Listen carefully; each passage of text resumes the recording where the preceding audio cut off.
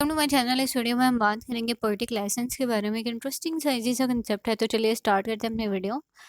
Poetic licence is actually refers to the freedom that poets have to deviate from strict grammatical rules, conventional language usage, or factual or accuracy in order to create a desired effect or enhance the artistic expression of their work. Actually poetic licence इस चीज़ को refer कर रहा होता है that you have the freedom and you can deviate to any strict grammatical rules.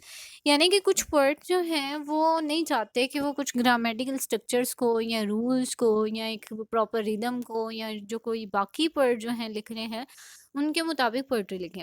They want to have their own unique style, right.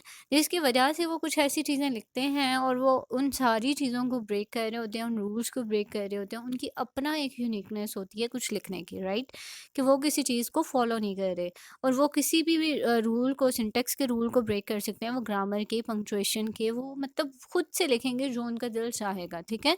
और वो खुद से कोई भी अमेंडमेंट कर सकते हैं। और समटाइम ऐसा होता है जैसे शेक्सपियर ने बहुत ही ऐसी चीज़ें थी जैसे वो खुद उसने जनरेट की, राइट। और वो उसके बाद जो है काफ़ी ज़्यादा चीज़ें जो हम अभी भी उसकी फॉलो कर रहे हैं। और यही चीज़ होती है कि पोएट जो हैं जिनको फ्रीडम हो कि वो डेविएट कर सकते हैं ग्रामेटिकल रूल से और अपनी मुताबिक जो है पोएट्री लिख सकते हैं।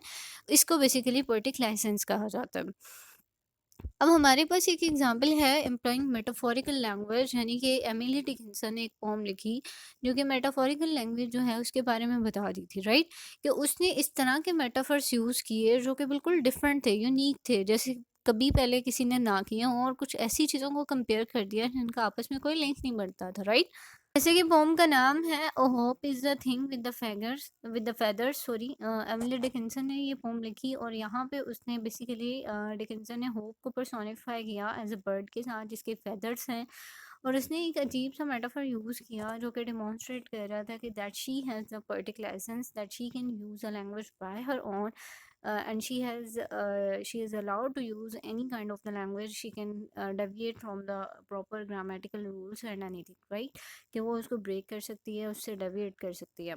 सो बेसिकली उसने होप को इस एक बर्ड के साथ कंपेयर किया और उसने कहा कि होप जो है उसके फेदर्स होते हैं और वो उड़ सकती है, ठीक है। और जिसमें उसने एक विविड डिस्क्रिप्शन दी और एक इमेजिनेटिव इमेजरी जो है वो क्रिएट की। अब ये एक मज़े का कंसेप्ट था। इससे रिगार्डिंग आपका कोई क्वेश्चन है, कुछ भी शेयर करना चाहते हैं, मुझे कमेंट सेक्शन में बताएं। अपना और अपने प्यारों का बहुत सा ख्याल रखिएगा। मिलते हैं नेक्स्ट वीडियो।